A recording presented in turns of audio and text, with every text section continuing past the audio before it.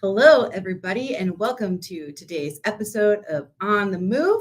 I am Jennifer Carpus Romain, Executive Director of the Transportation Marketing and Sales Association, and I'm here with Mike Marut, Marketing Manager at Revenova, and he is our Marketing Mountain Mover winner this year. Yay! Congratulations! Thank you very much. Thank you. I appreciate it. And so we are at TMSA's Executive Summit where he will get his award. So we are doing this episode recorded live from the show. Mm-hmm. So we're going to learn a little bit more about Mike and your route to success. Well, yeah, it was quite the route. A little windy there. Yeah. But I'm excited to talk about it. Perfect. So before you joined Revenova, the company's marketing efforts were a little bit limited.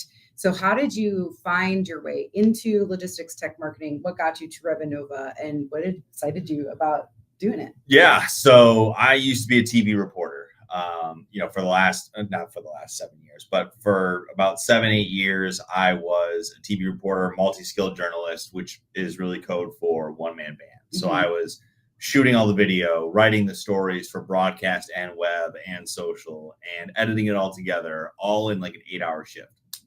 I was able to use that background and that experience to flip that into marketing and storytelling, because it's a lot of the same skill set when it comes to video production, mm-hmm. right?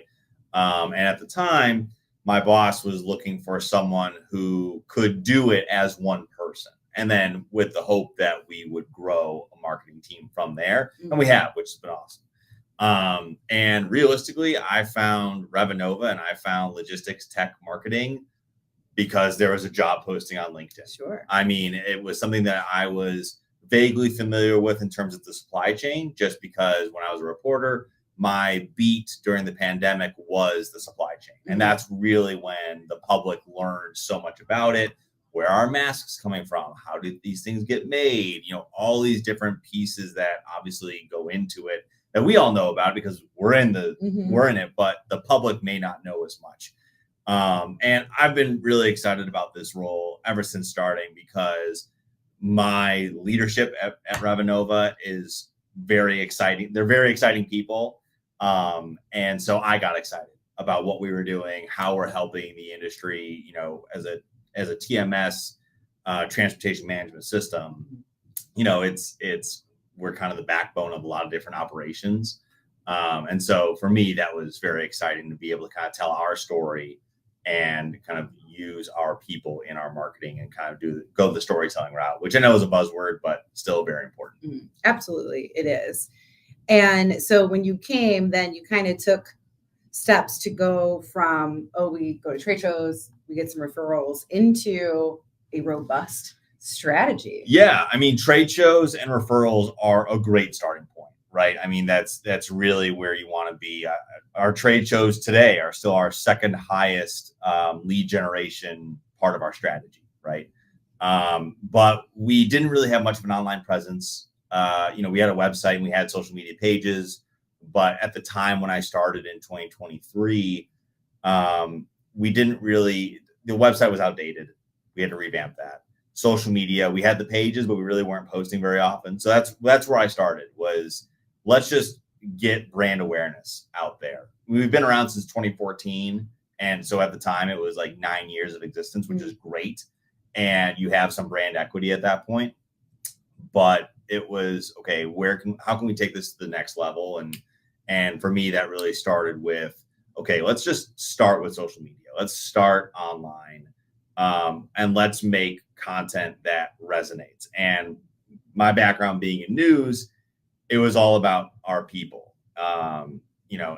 When it comes to technology, visually speaking, really, really boring. Just like not exciting to look at unless you really know what you're looking at, right? Like if you're someone who uses technology, like, oh my God, this is amazing. But if you're not, it's like, oh, cool. This is a computer screen, right? So I decided to, instead of going that route of showing all of our layouts and how it looks on screen, like, and that's part of it, but I really want to focus on our people and their stories. My product team they all have backgrounds in brokerage or fleets. And so, using their stories, how would they have used our technology, all that sort of stuff. And so really wanted to kind of focus on that and use our people as kind of the leverage there to build out this overall strategy, which has grown to trade shows, SEO, social media, email marketing, automation, all these other pieces that you need. And some of them are still being built and growing, right? It's not going to happen tomorrow, right? But it takes time. But we have been able to really build a great strategy, and I have a great team behind me to help me out. And so with that, you talked about a lot, social engagement, big place to be. And you then grew your social engagement more than 1,000%, which is a very big number. It helps when there wasn't much social engagement to start with. But even so, that first year, it grew, divide by 0, right? Sort of thing. But even since then, we've grown at a rate of, I think, about, let's call it 700, 800% engagement and followers. And, when I started, we just got over 1,400 followers on LinkedIn. Today, we are at 5,400. So we've grown about, whatever that math is, right?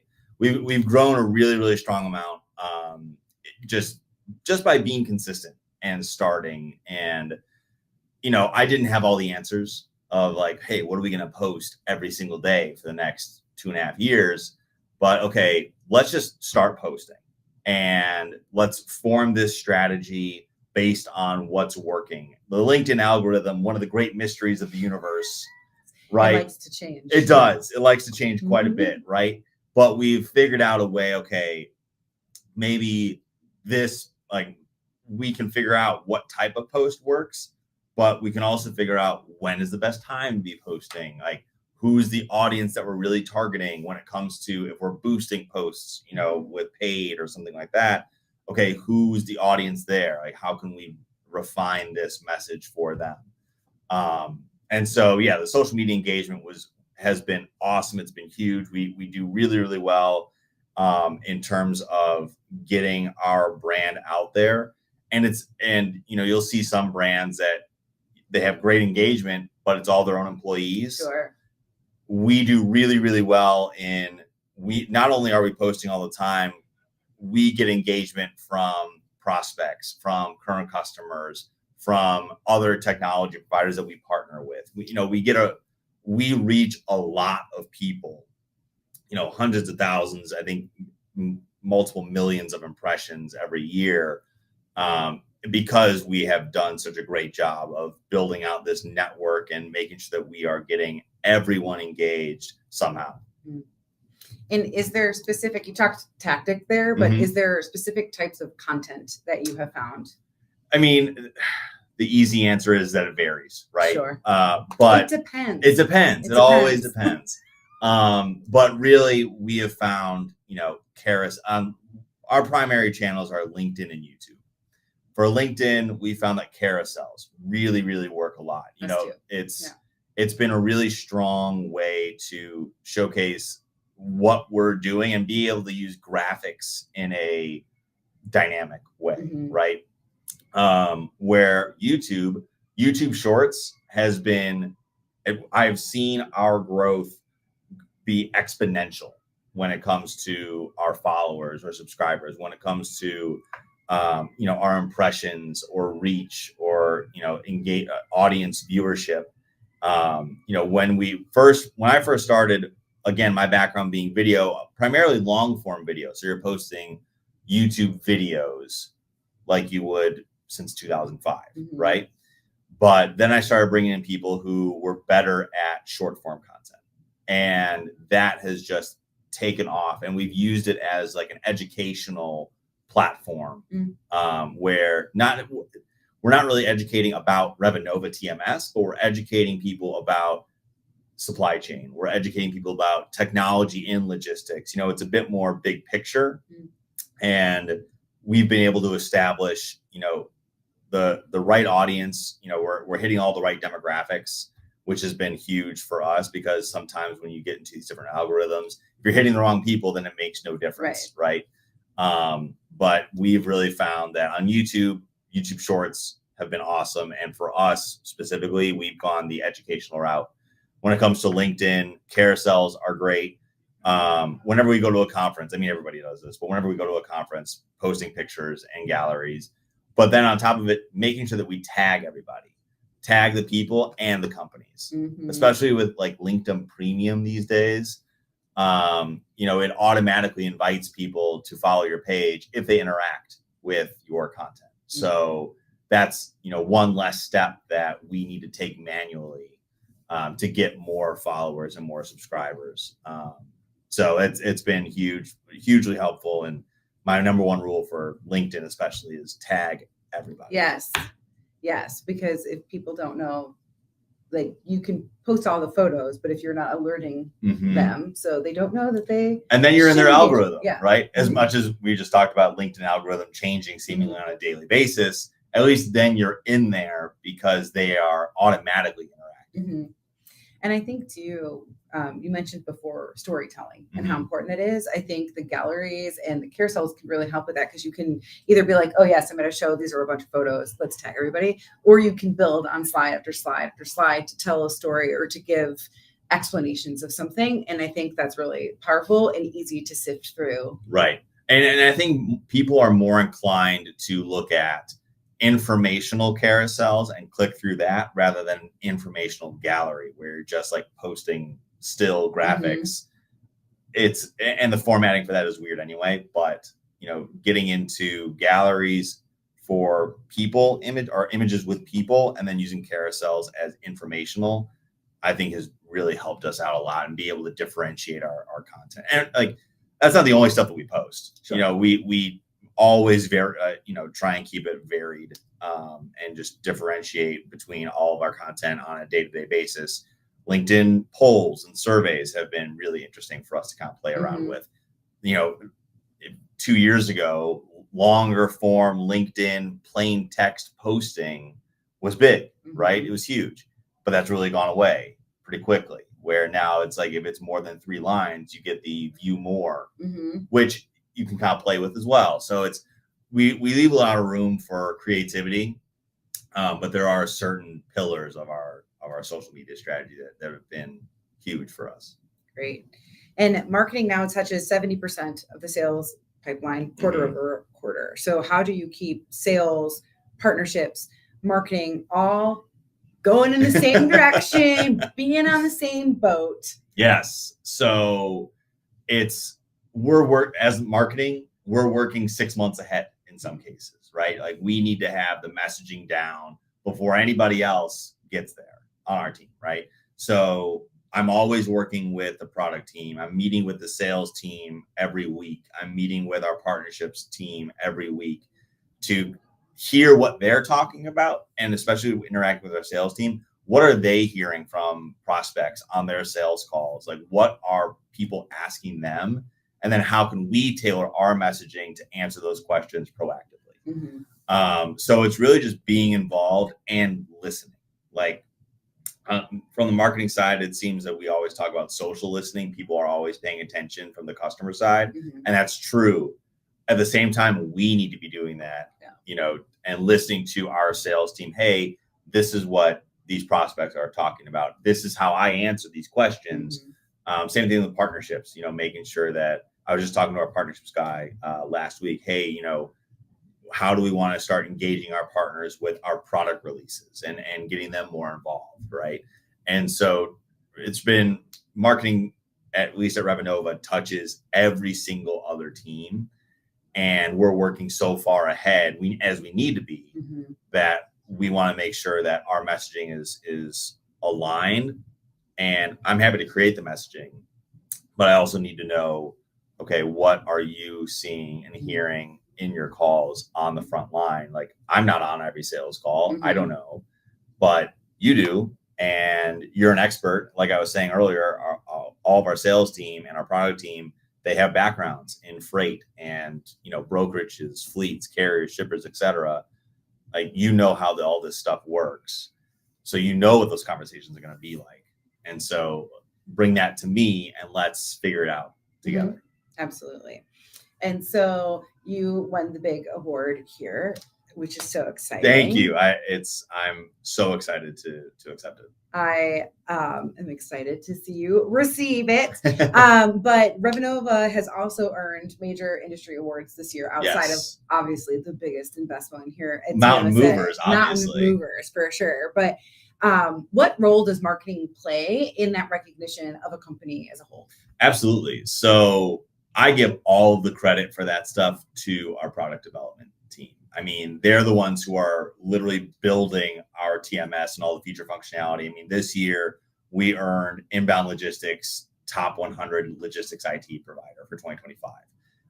We also earned most innovative TMS for 2025, as well as one of our native AI feature earned most innovative most innovative TMS feature functionality. That is a mouthful. It is. Yeah. Some of these have long titles, but I like to joke that I'm just the one who fills out the form. Yeah. Right. But I mean, there's a legitimate skill. There is. To being able to fill out a good There form. is. Absolutely. But when it comes to actually winning these awards and earning these awards, I will shout it from the mountaintops when we win, right? Mm-hmm. As marketing is supposed to do. But it's really come down to our product development team. Again, coming back to our sales team and, even QA, customer success, like what are the conversations that they're having for the product team to understand, okay, we need to be building this and working as far ahead as we can and making the product the best thing that it can be. So really grateful to that Revenova has earned all these different technology awards for this year. But I also know that we could win awards every year just based on how I see our product development team and their process and what they're working on. And that's actually been one of the things that I've been trying to do is earn more awards that are truly earned rather than pay to play, right? There are so many awards out there that come with some sort of fee. And we get those emails all the time. Hey, we'll feature you for $1,000. Right. And it's like, that's not what we're trying to do. Yeah, that's not. Like, it means nothing at that point, right? So we would much rather earn those awards, even if they are fewer and farther between. At least we know they're legitimate. And so I do think, marketing, like I said, I really do think that there is a skill and art to filling out the form, and being on the other side and looking at award submissions. Some of it is just answering the question. But here, I think this is cool that you then get to receive an award. Marketing, I feel like, is always on filling out the form, not necessarily the ones that get the recognition. So what does this mean to you to be able to take this home? I mean, I'm so excited about this because for me, just joining the industry 2.5 years ago and really not having a great grasp on what the industry does is huge for me. Being in news, I was doing everything in terms of day to day, but there wasn't as much strategy behind it, because it's just day turn. So now this for me means that the strategy that we have been building as a team, that I've been building it by leading our marketing efforts, is we're doing the right things, right? And we try to be different. The biggest two big compliments that I can get, the biggest compliments I could get are, we see you all the time, because that's like, huge for brand awareness. Like, that's amazing. But also, not only do we see you all the time, what you're doing is so much different than everybody else. And that's what I want to do. Like, one of the benefits for me coming into this industry without having a strict background in marketing, is that I can just try. I come in with no preconceived notions of what it should be, right? And so for me, winning this award is kind of validation of that. And it means so much to me to come from TMSA, because TMSA is filled with amazing people when it comes to marketing and sales and the strategies behind it and how effective people are. So it's really really cool. Thank you. We are excited, and I love reading all the submissions, seeing what people are doing, and then I like people to get their flowers, as they say, because we do put in so much work, and to get that recognition is always cool. So, in your view, what qualities or habits truly separate a mountain mover from everybody else? Going back to the listening part of it, every time I meet with someone who is new to Revenova, they always meet with me and my team on the marketing side to understand what we do and how we work together. No matter if they're in QA, product development, customer success, sales, whatever, we always meet just to 30-minute one-on-one conversation or whatever the case may be.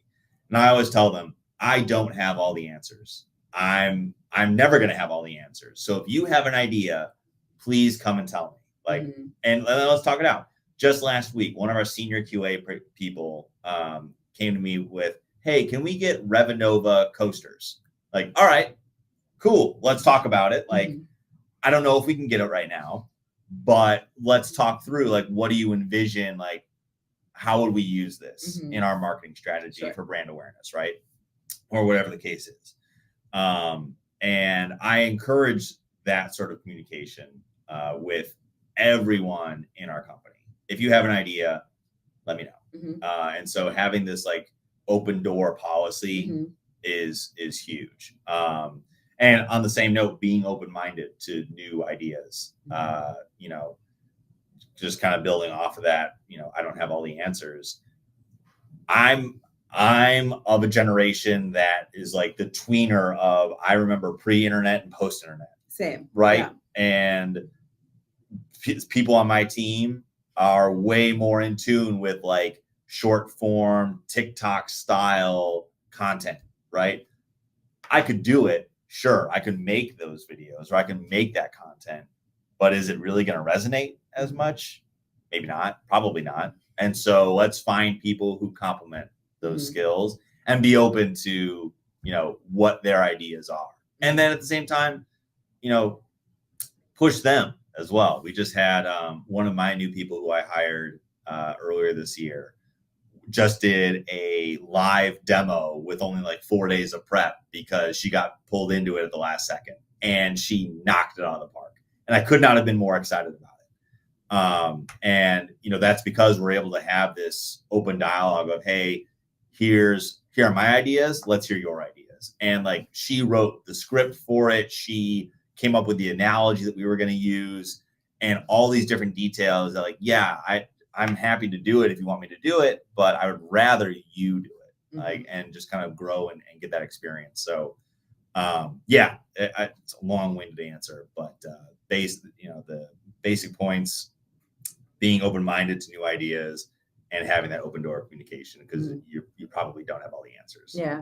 I think those are really important. I always say, like, if I ever say, oh, this is the way we've always done it, fire me on the spot. Right. Because, they're at least process a new concept or like, how can you fit this in? You can't always do everything immediately and always like, does this meet our goals? How does this line up to like our business objectives, all that kind of stuff. But coming up with new ideas, listening to people. And I think it gives your team the desire to want to then share ideas and get better. And too often, if we put that like stop on it, then they get afraid, or they're afraid to say something stupid, but it could be brilliant. Yeah. And so if they keep that inside, we have to create that environment. Yeah. I love when people say, hey, this might be a stupid idea. I'm like, no, that's no such thing as a stupid idea. Like, let's, talk it out, and see what happens. I mean, maybe it leads to an amazing idea, right? Like maybe that idea isn't going to be solid yet. Maybe it's half baked, but like, let's flush it out. That's what we're here for as a team. And like when I was a one-man band for this, like for marketing, it was kind of tough. Like I would go to our sales and marketing or and just say, like, hey, like, I know you've got a lot of stuff to work on, but can you like just hear me out for a minute? Like, just, if I'm crazy, tell me. Yeah. If it's not right, tell me. And so having a team around that has been huge. Great. And so for smaller marketing teams in logistics tech or in the industry at large, what are some quick wins that you would recommend to them to get started? Yeah. Quick wins are engage with all the other teams that you work with. Work side by side with sales, and to that point of being open-minded, ask them for their ideas. Like, hey, like, am I doing, maybe, I don't know if I'm doing this right is maybe the appropriate question, but like, hey, what do you think about this? Mm-hmm. Same thing with the product development team or any team that you engage with. Sit in on those meetings. When people on my team start, for the first like 6 weeks, I have them sit in on calls with the sales team Mm-hmm. and the product team. And just to sit there. They don't have to engage, they don't have to interact. I just want you to hear what they're talking about and how they are talking about it, because that informs our messaging. And kind of back to what I was saying before of like, we're planning so far ahead, we need to understand what questions are being asked. That's one way to do it. And so it's, being a small marketing team or being new to marketing, just get involved with it as much as you can with every other team. Mm-hmm. And then you gain their trust that way. Sure. The very first time I sat in on a product call, it was basically going through the different customer requests that we had. And I asked our director of product, hey, do you mind if I bring my camera in and just record this? He's like, yeah, okay. Super nervous about it. Right. Never had that happen before. And he started the call with, hey, just so everybody knows, Mike is in here. We're recording it. And I'm like, one, I wish he hadn't done that, because I would rather have the genuine, authentic interactions. Yes. But two, that was kind of the start of, okay, he warned them the first time. I made the video that I was going to make out of it, of showing like, hey, we listen to our customers and we review all these requests that they come in with, right? And then he started to trust, like, okay, Mike's not going to like, the marketing team is not going to burn me, Mm-hmm. right? And so that's a memory that will always kind of stick with me around like those first baby steps and understanding, like, just to show that you're interested and engaged, and you're not going to ignore someone else just because they're from another team. Mm-hmm. Going in there and understanding, like, I'm here to listen and learn is probably the best first step you can take. I agree. That's always the number one thing I tell new marketers or new people taking new positions is go talk to your salespeople, Mm-hmm. go on those sales calls, listen. And when in my past life, in my past CRM world life, Mm-hmm. I was like, okay, I'm going to go with company leadership to trade shows, and I'm just going to hear you pitch that over and over and over and over and over again. And then I built all the messaging around what he would say, so it matched it, right? And so if you don't take that time to really sit and hear how they talk about it, then you're missing the boat. And so, and they all talk about it differently. Mm-hmm. Every single one, like, it's all kind of the same pitch to a degree, but it's all told in such different ways. Mm-hmm. One of my favorite things, like, to call it a campaign is a stretch, but one of my favorite things that I did was I would go to a handful of trade shows every year, and I would literally I have a big camera and a lavalier microphone, and I would mic up the sales rep who's there and tell them, I'm not here. Mm-hmm. I would literally go to an aisle away, right? And I have my headphones on, and I would listen to the microphone and listen to whatever they're saying. We were at Manifest one year, and the sales rep kept saying something to the effect of, here's the skinny. Let me tell you the skinny on this. And I always thought it was so funny because nobody else is saying it that way. But that's what made it personal, mm-hmm. right? Like, that's his pitch. Mm-hmm. And I did that with every single sales rep. One of my other reps, like, she seemed to know everybody. So she was walking around all around the conference floor, and I followed her from like 50 feet away, and just like would get video of her interacting with other people. Like, hey, how's it going? How are your kids? Like, mm-hmm. She knew everybody. It was insane. The networking that she would do was amazing. And then I'd like turn that into a video, like, post conference, mm-hmm. right? And I did one feature for every single rep that we did or that we had, and just how they would interact and pitch the product and what things that they would talk about.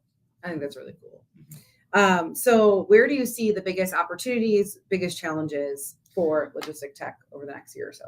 I've got two answers. One, super easy, is AI. Like, I think it's a huge solution, but it's also a huge challenge. Mhm. The solution side being, it helps. I use it at least weekly, right? In some facet, right? Like just to bounce ideas or something like that, faster workflow, all that jazz. Challenge, because if you start to use it all the time, you need to be very careful not to become reliant, in my opinion, reliant on it, because you're in marketing, you have some sort of creative ability. I don't want AI to stifle that for me or my team, right? Like, okay, yeah, AI is a great place to start, but like, let's keep building off of that. Second answer, I really think over the next 12 to 18 months, if we don't already have like this spotlight on the industry because of fraud and theft that is seemingly everywhere. I mean, we just had the Guy Fieri tequila heist, right? And that's on 60 Minutes or whatever it was, CBS Evening News. That means that mainstream media is coming back to supply chain. Pandemic was kind of the first, like, oh my God, what's happening, right? Now people are starting to see supply chain in this negative light of, oh my God, there's so much fraud and theft or negative things. There are bad actors in this industry. Okay, then as marketers, how do we capitalize on this spotlight of showing not only here's what we do as Revenova TMS, transportation management system, but here's how we help in the industry. Here's how we work with our customers and brokerages and fleets and shippers and, kind of sharing those stories. And so how do we, again, kind of capitalize on having that spotlight on supply chain again? Yeah, I think that's really true on both ends. And I know even, like you said, the reliance on AI, like I use mine all the time. I call her Atlas. Well, I had her name herself. Nice. Her name, she says Atlas because I help guide you, which I love. Ooh. She's very sassy. I'm like, you were designed in. ChatGPT just rolled out their own web browser and they named it Atlas. That's really funny. That's they probably yeah. They're like this girl. But prepping for the show, I was like typing things and she just kept putting speakers that like I was like I'm doing like the MC part of it. And I'm like, where are you pulling these speakers from? These aren't even the people that are at the show. Stop making things up. And it's so funny because we've been working so well together, me and Atlas. Right. And I was like, oh, this is what happens when the robots. She apologized though. She said, that's good. Thank you for sticking with me. Like I made the robot feel bad. It's good though. Like one of the things that I learned through like different prompt engineering, calling a class is a bit of a stretch, but like educational, whatever, webinars. I always tell it, ask me any clarifying questions before providing a response. Yes. Because at least it gets me thinking, okay, what did I leave out? What details does it need to make this better? And then if it is pulling things out of nowhere, I start to say, okay, give me timestamps. Like because I do a lot of interviews like internally, right? Give me the timestamps for this. Like if I'm writing something for a white paper and it's saying, hey, like use these points, like, all right, where specifically did you pull this from? Because that's kind of like a verification process that it's actually using your and I know we kind of are in the weeds here, but I'm glad that we did that because I think that is so important. And that's something that I've done too. Like I was putting a lot of work to there. I'm like, is this real? Are you making up a quote for a human or did you find it? And she goes, no, I was giving an example. I'm like, don't. No, and I put in your forever thing. I do not want that. Or if you're going to do that, you need to make it clear that you're giving a suggestion. And I feel like that's something that I don't think everyone does, is really being like, where are you pulling? Show me the source. Where are you getting that information? How are we doing that? Because even like Executive Summit, she kept being like Hoboken, October 10th or 11th. I'm like, that was last year. Right. It is Chicago, October 22nd through the 23rd. Like, and it's, but if you're not checking that, if you're not verifying it, if you're not forgetting that you're the human that controls it, it very easily just goes off. And then you're saying, well, the ChatGPT gave it to me. Right. Well, like, yeah. Of course this is the answer. Yeah. And it's like, no, you need to double check your work. Like, it's funny. In high school, they had a verification software called turnitin.com. I don't know why I'm also remembering this. Very specific. Yeah, very specific. But it's like basically to prevent, copying work that's already out there, right? And I feel like that we need that for ChatGPT now, right? Or any AI, Claude or whatever that you're going to be using. Like, you kind of need to at least have that in the back of your mind of, okay, we need to make sure that what it's saying is true or factual or giving a suggestion. Yeah. Making sure that it's correct. Yeah, it's been interesting, like even award submissions or applying for like sponsorships or scholarships or things like that. There are clauses now that are like, you can't have AI write this, and you have to accept that you were the person who wrote it. And I'm curious how much that will come in. I was going to ask, so like when you were reviewing these applications, did you catch any like similarities of like, this seems like a lot like the M dash is like ChatGPT code, right? Or whatever. It seems that way. Like, were there any things that you noticed? So we have a pretty strict regulations around awards where I will at the end look at things, but because I have relationships with everybody, I don't vote. Okay, makes sense. Because I love everybody and I have good relationships, and so we don't ever want that to interfere with the award process. So I look at the end, and because we were doing an interview, I had to look over your stuff. Right. So there wasn't any, but I feel like it's coming for sure. Yeah. And it's definitely something that we're talking about for next year about, do we have to add that type of verbiage, or what does that look like as we move forward? I mean, I've had people ask me like, hey, like I put in this prompt to ChatGPT for, I want to be a speaker at some event. What do you think about what it came back with? I'm like, well, good start. But like, this doesn't sound like you. Like, I know you. Like, this doesn't sound like you. The whole point, and one of my big things for our marketing efforts is like being authentic to our people, right? This doesn't sound like who you are. Like, let's change it up a little bit. Like, this brings some good points, sure, and like let's use them, but let's maybe massage it to make it more unique, and individualized. Absolutely. Okay. Well, one last question for you. It's the one I ask everybody who comes on the show. If you could go back in time and advise yourself, personally, professionally, either or, when would you go back to, and what would you say?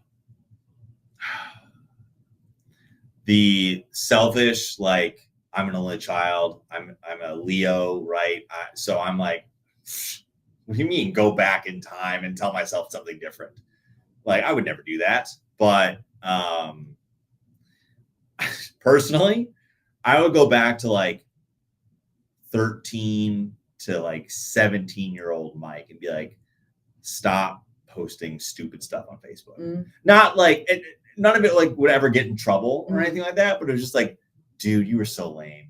Like, this is, I'll see it on like Facebook memories. I'm like, this is brutal. And I'll send it to my wife too. And like, we didn't know each other in high school. And she's like, wow, we never would have dated back then. Like, I'm glad I met you. Yeah, I'm glad I met you when I met you, because I don't know if it would have worked back then. And she's right. Like, I see these things, I'm like, oh, we're quoting like Yellow Card lyrics on Facebook. Okay, Ocean Avenue is an amazing song. I love it personally. It was like the AIM away message for everyone. But yeah, exactly, right? But like, oh man, some of these like song lyrics are just like, So personally, I would say that.